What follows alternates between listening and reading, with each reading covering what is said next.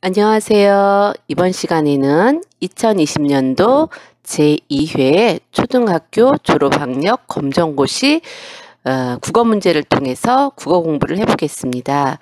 이 문제는 지난 8월 22일 출제된 기출 문제입니다. 1번, 다음과 같이 말한 의도는 미안해, 앞으로 조심할게. 친구의 발을 실수로 밟았을 때 하는 이야기입니다. 여기에 미안해, 앞으로 조심할게 이렇게 말한 의도는 1번 격려, 2번 사과, 3번 안부, 4번 칭찬, 이 네 가지 중에서 어떤 거에 해당하는 거죠? 사과이죠. 2번 사과가 정답입니다. 2번 문제 보겠습니다. 공감하며 대화하는 방법으로 알맞지 않은 것은 공감하는 대화인데 알맞지 않은 것이라고 했습니다. 1번 적절히 맞장구 치기, 2번 충고나 지적부터 하기, 3번 상대의 말에 귀 기울이기, 4번 상대의 처지를 생각하며 말하기. 답은 2번이죠. 공감하고 서로 느낌이나 생각을 인정하면서 대화하고 느끼는 것. 이랬을 때 방법으로 옳지 않은 것은 충고나 지적하는 거죠. 올바르지 않는 것, 알맞지 않은 것 2번입니다. 3번 기억에 들어갈 관용 표현으로 가장 적절한 것은 기억에 들어갈 관용 표현으로 적절한 것을 고르라고 했습니다. 난 우리 동네뿐만 아니라 다른 동네에도 친구가 많아. 그래? 넌? 하고 이 기억에 들어갈 말을 찾는 겁니다. 1번 귀가 얇구나. 2번 눈이 높구나. 3번 발이 넓구나. 4번 손이 크구나.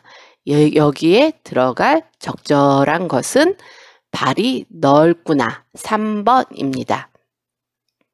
관용어라는 것은 둘 이상의 낱말이 합쳐져서 새로운 뜻으로 굳어진 비유적인 말을 관용어라고 합니다. 관용 표현, 귀가 얇구나. 다른 사람의 말에 금방 믿어서 속아 넘어갈 때 귀가 얇구나 이렇게 표현하고, 눈이 높구나,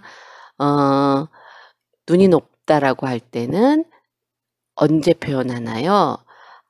잘생기고 돈도 많고 이런 신랑을 원한다라고 했을 때 저 색시는 눈이 높구나 이렇게 표현하죠. 다음에 손이 크구나 할 때는 보통 우리가 손님 접대할 때 음식을 굉장히 많이 할 때 정말 손이 크구나 이렇게 말을 하죠. 발이 넓구나는 동네뿐만 아니라 우리 동네뿐만 아니라 아주 친구가 많은 사람, 아는 사람이 많은 사람, 이럴 경우 우리가 발이 넓구나 이렇게 말합니다.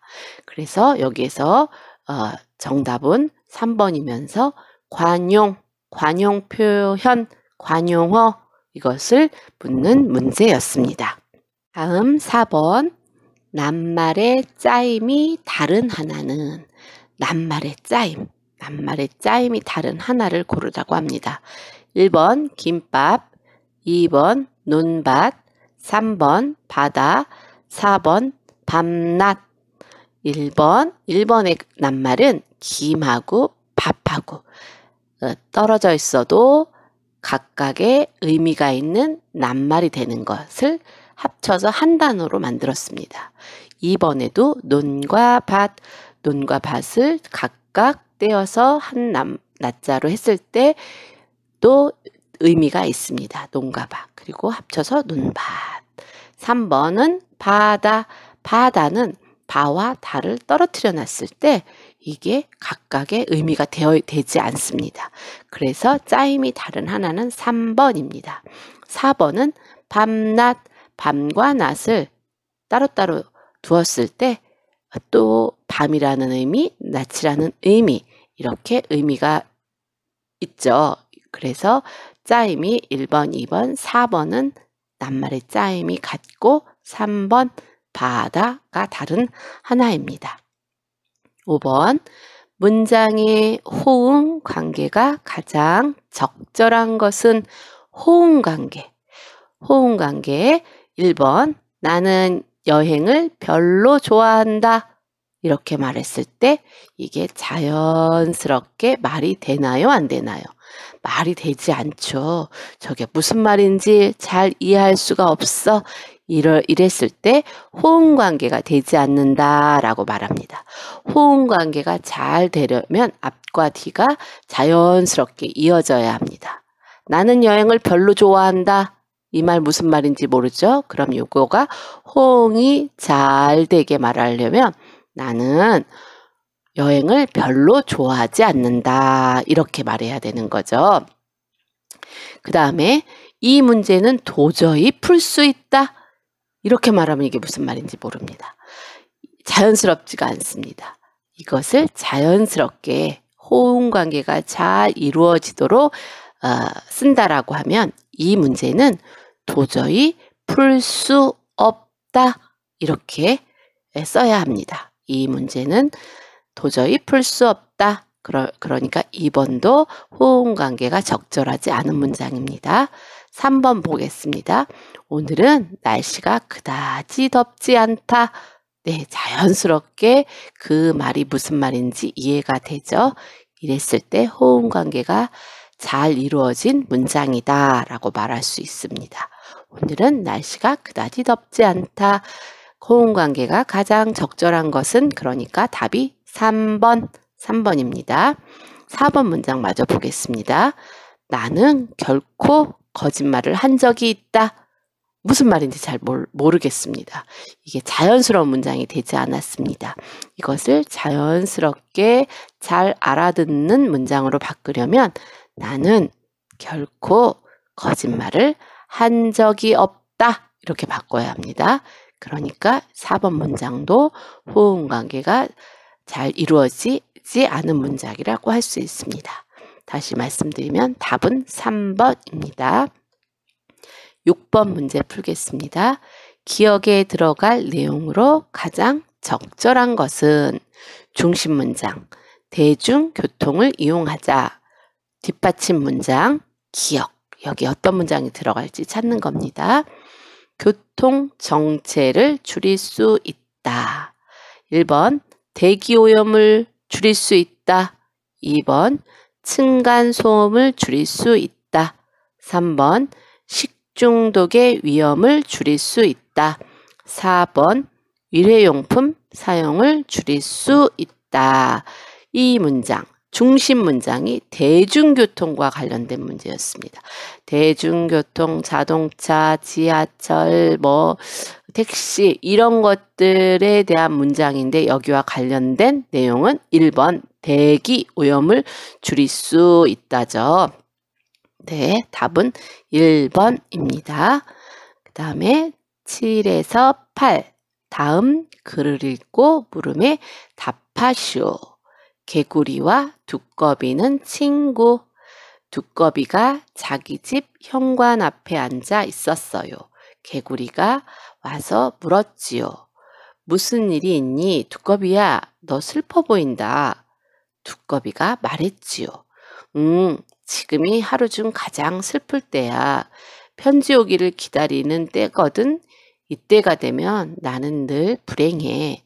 개구리가 물었어요. 왜? 두꺼비가 대답했지요.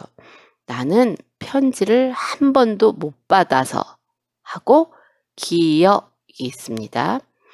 그 다음에 무슨 말을 했겠죠? 개구리는 집 밖으로 뛰어나갔어요. 마침 친한 달팽이를 만났지요. 달팽이야, 부탁 하나 들어줄래? 네, 이 문장을 통해 읽고 물음에 답하라고 했습니다. 7번 기억에 들어갈 내용으로 가장 적절한 것은 기억이 뭐냐면 나는 편지를 한 번도 못 받아서 뭘까요? 고마워, 슬퍼, 고마워, 미안해, 행복해. 슬퍼 보인다고 했죠? 슬퍼, 답은 1번입니다. 8번, 윗글에 등장하지 않는 것은 1번 개구리, 2번 달팽이, 3번 두꺼비, 4번 우체부. 누가 나오지 않나요? 개구리, 두꺼비, 개구리, 달팽이는 등장합니다. 우체부가 등장하지 않습니다. 그래서 답은 4번입니다. 9번 보겠습니다. 다음 광고에서 전하려는 내용은, 광고 내용은 딱 먹을 만큼만 하고 식판, 숟가락, 아주 깨끗한 식판과 숟가락이 보입니다. 이 광고에서 전하려는 내용은 1. 손을 깨끗이 씻자. 2. 우리말을 사랑하자. 3. 음식을 남기지 말자. 4. 교통 질서를 잘 지키자. 네, 답은 3번이죠. 음식을 남기지 말자. 딱 먹을 만큼만 덜어서 먹자. 이런 광고가 전하려는 포스터 내용이었습니다. 다음 10번.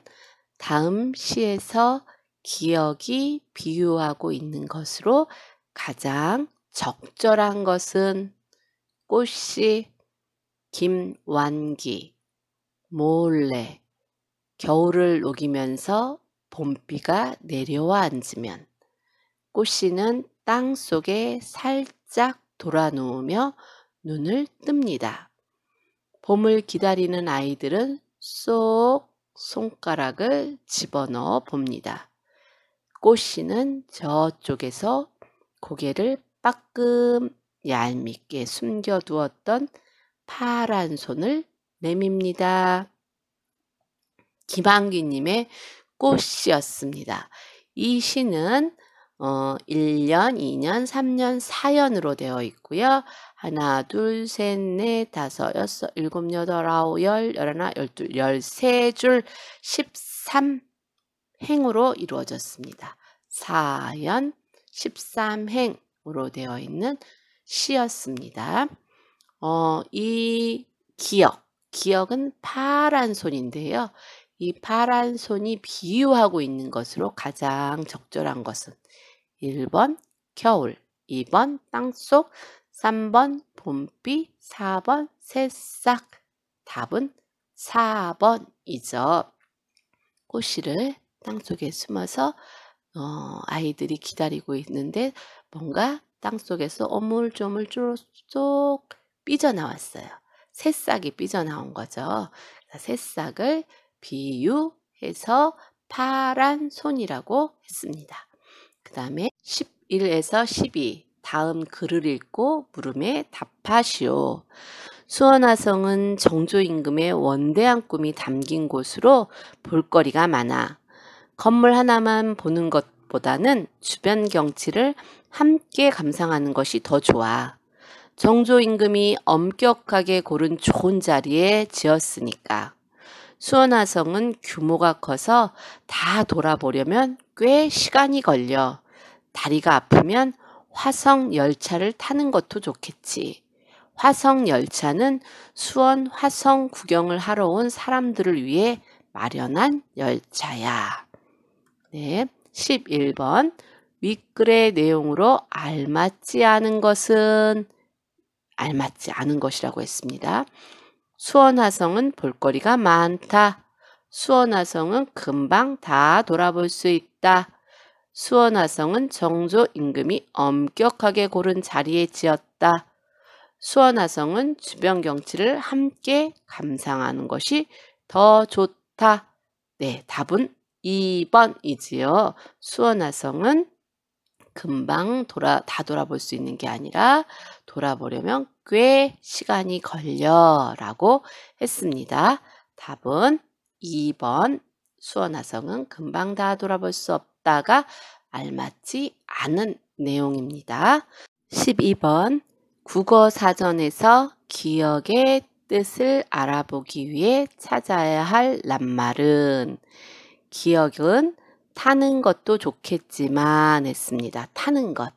타는 이라는 것은 국어사전에 나오지 않습니다. 그래서 국어사전에서 기억의 뜻을 찾기 위해서는 기본형을 찾아야 합니다. 기본형. 그 기본형이 뭔지 1번 타고 2번 타니 3번 타다 4번 타서 여기에 기본형을 찾을 때는 변하지 않는 타에다가 끝에다 다를 붙입니다. 타다가 정답입니다. 기본형을 찾을 때는 앞에 변하지 않는 낱말에다가 뒤에다 다를 붙입니다. 답은 3번. 다음에 13번. 기억에 들어갈 내용으로 적절한 것은 계절별로 그리고 기억 무엇을 알아봅시다. 봄 날씨를 나타내는 토박이 말에는 꽃샘추위, 소소리 바람 같은 말이 있습니다. 여름 날씨를 나타내는 토박이 말에는 마른 장마, 무더위 같은 말이 있습니다. 가을 날씨를 나타내는 토박이 말에는 된서리, 건들바람 같은 말이 있습니다. 겨울 날씨를 나타내는 토박이 말에는 진눈깨비, 한방눈 같은 말이 있습니다.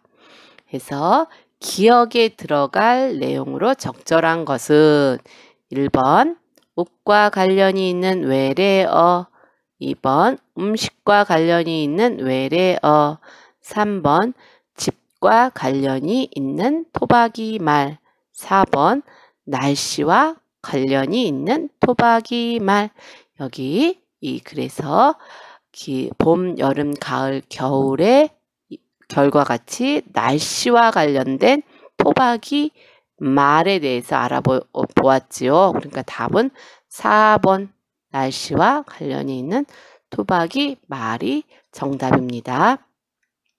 14번 다음 중 공식적인 말하기 상황이 아닌 것은 공식적인 말하기 상황이 아닌 것이라고 했습니다.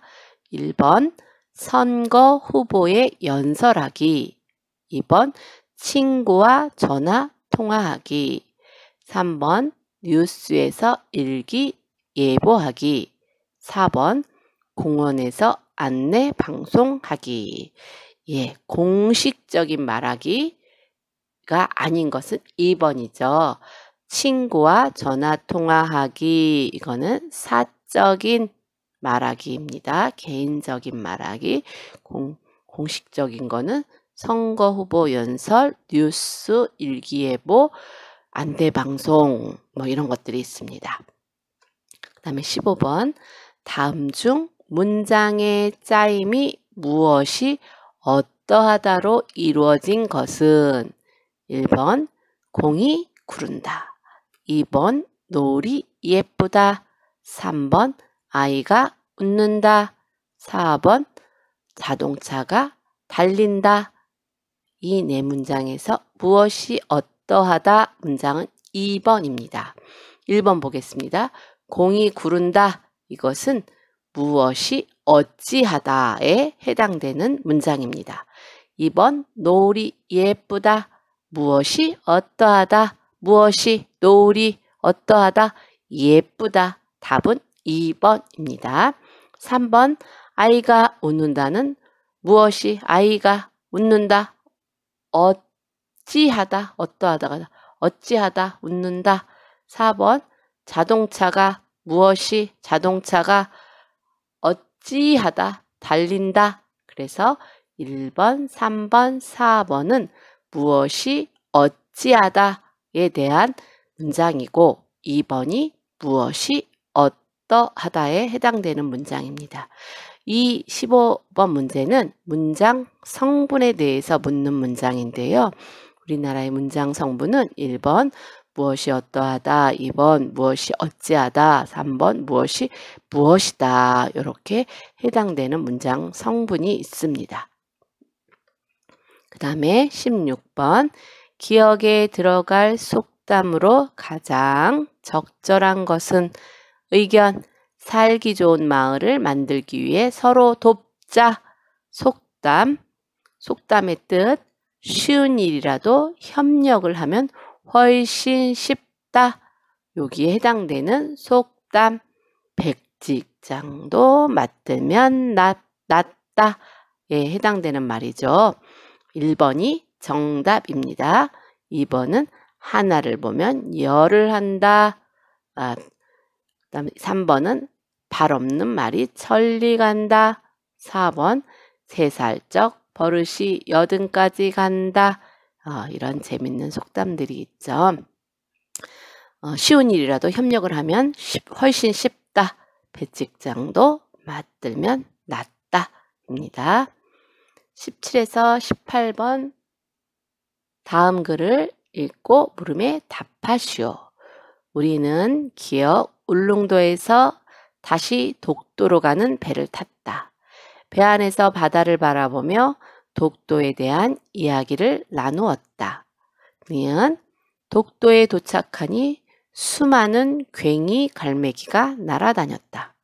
디귿 독도에는 괭이 갈매기뿐만 아니라 바다제비 같은 텃새도 산다고 한다. 독도에서 동해를 바라보니 가슴이 탁 트이는 것 같았다. 리을 아름답고 생명력 넘치는 독도가 우리 땅이라는 것이 아주 자랑스러웠다. 17번 위와 같은 글에 대한 설명으로 알맞은 것은 1번 연극 공연을 위해 쓴 글, 2번 여행한 경험에 대하여 쓴 글, 2번이죠. 여행의 독도를 다녀온 경험을 쓴 글이죠.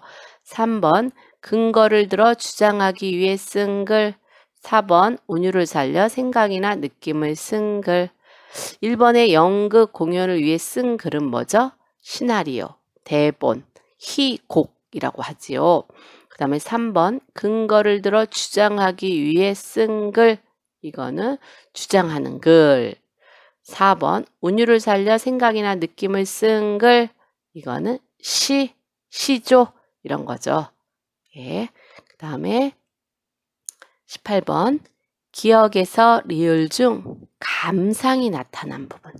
감상, 내 감정, 내 생각, 내 느낌 이런 게 나타난 부분은 어딘가요? 1번 울릉도에서 다시 독도로 가는 길을 탔다. 이거는 여정을 쓴 사실을 쓴 글입니다. 니은 독도에 도착하니 수많은 괭이 갈매기가 날아다녔다. 거기에서 여행지의 여정에서 본 것을 쓴 거죠. 다음 디귿 독도에는 괭이 갈매기뿐만 아니라 바다제비 같은 텃새도 산다고 한다. 독도에 관련된 사실을 쓴 글입니다. 리을은 아름답고 생명력 넘치는 독도가 우리 땅이라는 것이 아주 자랑스러웠다. 요게 감상, 느낌, 생각을 쓴 글입니다. 그래서 답은 4번입니다. 다음에 19에서 20 다음 글을 읽고 물음에 답하시오. 개미와 배짱이 때 여름날 오후 곧 기억 나오는 인물 개미 배짱이 어느 여름날 개미는 숲속에서 겨울에 먹을 것을 모으기 위해 열심히 일하고 있다. 배짱이는 잎사귀에 누워 기타를 치며 놀고 있다. 개미, 니은, 가로 열고 먹을거리를 옮기며 가로 닫고 지금 열심히 일하면 겨울에는 따뜻한 집에서 맛있는 음식을 먹으며 쉴 수 있을 거야. 배짱이, 나는야 배짱이 천재 음악가라네. 19번 기억에 들어갈 장소를 윗글에서 바르게 찾은 것은 1번 숲속, 2번 시장, 3번 연못, 4번 바닷가. 어디죠? 여기 숲속이라고 나와 있죠. 숲속이죠. 이것을 우리는 공간적 배경이다 이렇게 말할 수도 있어요. 소설에서는 공간적 배경 이렇게 말합니다. 그 다음에 6번 니은이 하는 역할을 바르게 설명한 것은 니은은 먹을거리를 옮기며 요 가로 안에 있는 문장을 뜻하는 것을 고르라고 합니다. 1번 인물이 주고받는 말을 나타낸다. 2번 무대의 모양이나 배경을 나타낸다. 3번 연극을 관람하는 사람을 나타낸다. 4번 인물의 표정이나 동작을 나타낸다. 4번입니다. 4번 인물의 표정이나 동작을 나타내는 것을 가로 안에다 저렇게 적습니다. 1번에 인물이 주고받는 말을 나타낸 것은 대사입니다. 여기서 개미와 배짱이가 말을 주고받죠. 개미는 지금 열심히 일하면 겨울에는 따뜻한 집에서 맛있는 음식을 먹으며 쉴 수 있을 거야. 그러니까 배짱이가 나는야 배짱이 천재음악가라네 이렇게 말하는 거. 인물이 주고받는 말 이걸 대사라고 합니다. 무대의 모양이나 배경을 나타내는 말은 그 위에 때, 곳 이런 것을 말하는 거죠. 3번 연극을 관람하는 사람을 나타내는 말 이거는 관객이라고 하죠. 4번 인물의 표정이나 동작을 나타낸 말 요거는 니은이고요. 이것은 또 지문이라고도 합니다. 지문. 네, 이렇게 해서 2020년도 제2회 초등학교 졸업학력 검정고시 국어 문제를 풀어보았습니다. 수고 많으셨습니다. 안녕히 계세요.